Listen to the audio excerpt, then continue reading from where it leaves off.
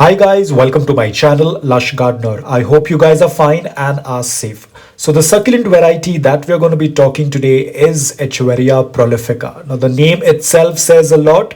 Yes, in terms of growth, in terms of propagation and multiplying the succulent, it has exceptionally prolific growth. But if you provide them with the right growing conditions, then definitely this succulent is one that you need to add in your collection. So that's what we're going to be talking in this video about a complete care guide of Echeveria prolifica. So talking about the soil, it remains the same as we use for all our succulents. The soil has to be loose, porous, well draining and must not retain a lot of moisture. If you're not sure about the soil mix, I'll put the link in the description below. You can check it out if you want to prepare the succulent soil mix at home. So here is another full pot of Echeveria prolifica. Again guys, these were grown from cuttings from the pot that you see on my left hand side. I'd taken cuttings from this pot and you can see how well they have been growing. Now currently they are in their growing period, hence you do not see a lot of color. I will show you how they look during their dormant period. Now here is another pot as well. Now this was also grown from cuttings. The one that you see over here is not prolifica. This is Sediveria hameli. I had put in a cutting and it is doing quite well. But overall, the other succulents that you see in this are also prolificas. You can see the amount of growth because right now they are in their growing period because the climate is slightly warm. So as you can see, I started with just one pot and now I have three pots that are completely filled with Echeveria prolifica. So basically if you give them the right conditions, they will excel. Now when I'm talking about temperature, they prefer temperatures between 20 degrees Celsius up to 30 to 31 degrees Celsius. They can even handle temperatures up to 35 degrees Celsius, and let's say that they can even handle slightly cooler temperatures around 17 to 18 degrees Celsius. But if the temperature rises above 37 degrees Celsius, then they might not be able to handle the heat. Now guys, talking about propagating Echeveria prolifica, it's extremely easy. You can propagate them via stem cuttings or by leaf propagation or by separating the offsets. Now over here there were a couple of leaves that were accidentally knocked off from the stem, and as you can see, without even much efforts, they have already started their journey. Here there is another leaf that has already started. It's a very tiny leaf, but as you can see, it has already started putting out a pup. Apart from that guys, prolificas also tend to send out offsets. Now as you can see, this is one of the runner of the offset, but I won't be separating it right now because it's quite small. I will wait for it to reach to a decent size and then probably separate it. So you can either do leaf propagation, you can separate the offsets, or you can even do stem cutting as well. Again over here, as you can see, there are a couple of more runners. The offset runners, you can trim them off. You can see there are ample amount of aerial roots present on them. So it's very easy to propagate them. I will try and show you how to propagate because I have this guy over here which has a really long stem. So I'll do a stem cutting and show you how to go about it. So I'll also do some cuttings on the other pot as well. As you can see, these guys have started to overflow the pot. So I will also do some cuttings on these as well because as you can see, there are a couple of aerial roots present on them. So let me go ahead and give a cut to this guy first and show you the aerial roots as well. And let me also show you guys, because remember I said that aerial roots are good, but over the period of time, if they do not get a lot of moisture from the air, they tend to dry off. So here is a perfect example. As you can see, the aerial roots are present, but they have started to dry off. But nevertheless, once we put it into the soil, they will get back in shape. And it's very easy to callus these guys because the stem, as you can see, it's really thin, so it does not take much time for them to callus. But still I wouldn't push them into the soil. I'll just lay them on the soil so that they can callus, and then probably I'll add some soil and put them inside a soil because I don't need to wait for them to root because the aerial roots are already present on them. So they can be easily propagated by separating the offsets, by cutting off the runners. They can be leaf propagated. Another method is by just doing a stem cutting. Now this guy over here was slightly stretched, so I'm doing a stem cutting. Ensure that the knife, blade, scissors have to be sterilized before doing any succulent cuttings.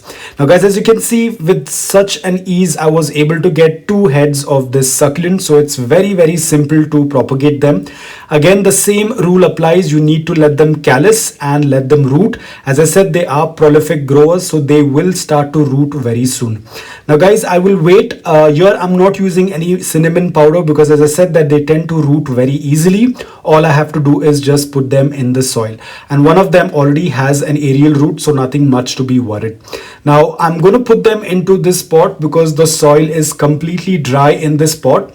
Any which ways, this pot was looking slightly empty, and you can see by just adding few of these cuttings, and you will be able to see this scanty looking pot will be completely lush with Echeveria prolificus. Now I will be adding in few more cuttings because let me take the opportunity. It is sunny today. The weather is really good, so I can quickly do few more cuttings and completely fill this pot with cuttings.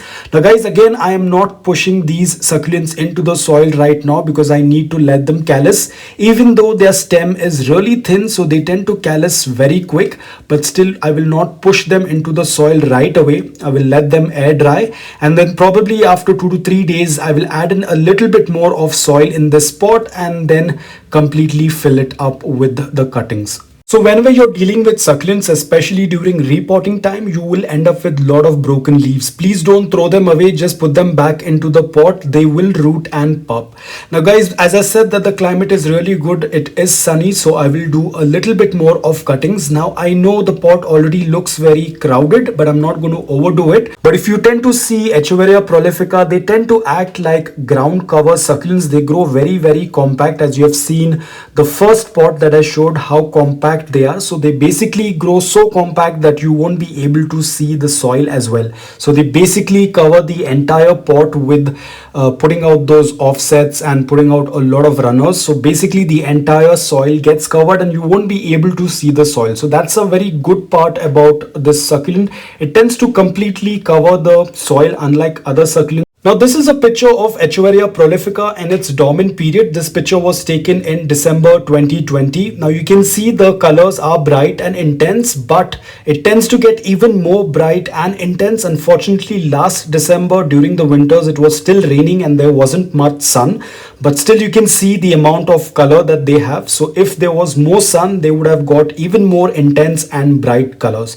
Now guys, this is the same succulent that I'm going to be showing you in the next clip, which is in their growing period. So you can see the dormant period, and this is how they look in their growing period. You can see the amount of growth. The last picture was taken in December 2020, and now you can see how they look currently. There is immense amount of growth. Now guys, I personally do not use any fertilizers, but still you can see the growth. Now if you want to use fertilizers, only do it during the summer season, which is their active growing period. Please do not add fertilizers during the winter season. It is their dormant period. Now coming to watering guys, the same rule remains. Whenever the soil is completely bone dry, you will water the soil completely until the water starts leaving the drain hole.